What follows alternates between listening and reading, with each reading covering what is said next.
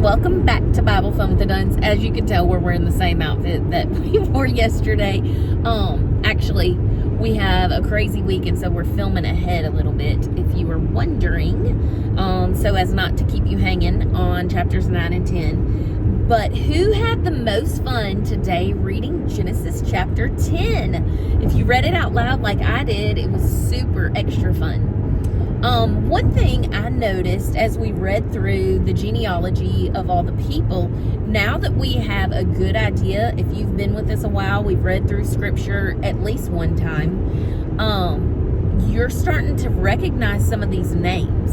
And remember, just yesterday we were talking about Ham and how his descendant Canaan comes the Canaanites, and these are the people who were cursed, and they're going to be servants of his brothers and the people groups that they're going to come from. But if you continue reading and see the names that come from Ham and Canaan, you're going to see all the bad guys, all the enemies that, spoiler alert, when we're going to go into the promised land, they're going to be the enemies surrounding the areas, the Jebusites, the Canaanites, just a bunch of them. Okay, so whenever you're reading through Genesis, and this is going to help you in the New Testament too, there are certain phrases that are supposed to trigger your database of like what you know. So as soon as they say it, you're supposed to go, oh, okay, I know where we're going with Hyperlinks. this. Hyperlinks, there you go. So for instance, let me give you one. Genesis chapter 5, verse number 1, I think, is going to begin, or somewhere in chapter 5, it's going to begin with this. And these are the generations of, and then it'll kind of give you a genealogy. Genealogies are one of those things where very few people get really excited about that. Okay, we go, I would rather read about David and Goliath. We like narratives better than genealogies. I think we're missing out though. First of all, whenever you're going through the Old Testament is pretty precise about making sure you understand where we came from. If you don't remember where you came from, you're probably not going to learn the lessons that you need to learn to build on from there. So Genesis chapter 5, these are the generations. Now, we're post-flood, okay? So post-flood, you're getting the same language again, and these are the generations, and it's giving you these genealogies. So one of the things that this is supposed to trigger in your mind is that all of these nations came from the same family. So just as at creation, everything came from Adam and Eve, now everything is coming from Noah and Mrs. Noah.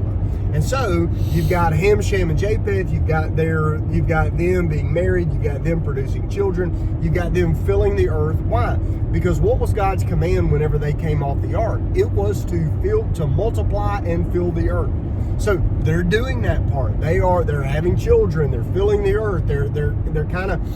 You would think that they're spreading out, but they're not really spreading out. You'll get into that with the whole Tower of Babel stuff. But what you're finding here is that, like Jenny said, a lot of the bad guys in this story come out of, if you're paying attention, you're figuring out all of the bad guys we're going to see all come from here, which means they're all cousins. We are a crooked family tree because we got trouble in the family tree. Okay, so here's some things you should have been paying attention to and noticing. You should have been paying attention to that there was a mighty man named Nimrod who came around, and what did he build? He built a place called Babel, and he's building a place called Nineveh, and so now you've got, because you're reading through these things, you've got background. Hey, what are some of the places that are coming out? Babylon, Nineveh, like Jonah goes to Nineveh. Nineveh, the capital of the Assyrian Empire. So the Babylonians take the southern kingdom of Israel into exile. The Ninevites, the Assyrians, take the northern kingdom of Israel into exile. You also have Put and Lud, and you've got Egypt. Now you're getting the Egyptians into the story. All of this is like foreshadowing. What about Peleg? And it said, for in his days the earth was divided. In his day the earth was divided. So when did the divisions happen? So the divisions happen at what? The Tower of Babel. So it's giving you this history right? So now you got, because, and look, they're building the Tower of Babel, we'll get into that, so that they could survive. They can live however they want to, survive if the Lord gives another flood, because they can just go to the top of their tower. But they weren't spreading abroad, they were clustering. You'll also see the increase or the development of civilization. So in our minds, we think, oh, these are just like cavemen kind of people living out, just surviving in the land. No. They're building cities. They're building civilizations. They're building mighty men, which become kings. Now you've got empires and city-states and things like that.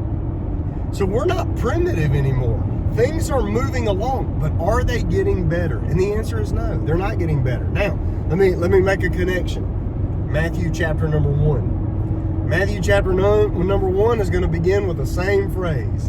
And these are the generations of Jesus Christ, the Son of God. And it goes back to Adam and Eve. And since we got that history, we can go back to Abraham and Adam and Eve and all. We can tie all of that in. Why?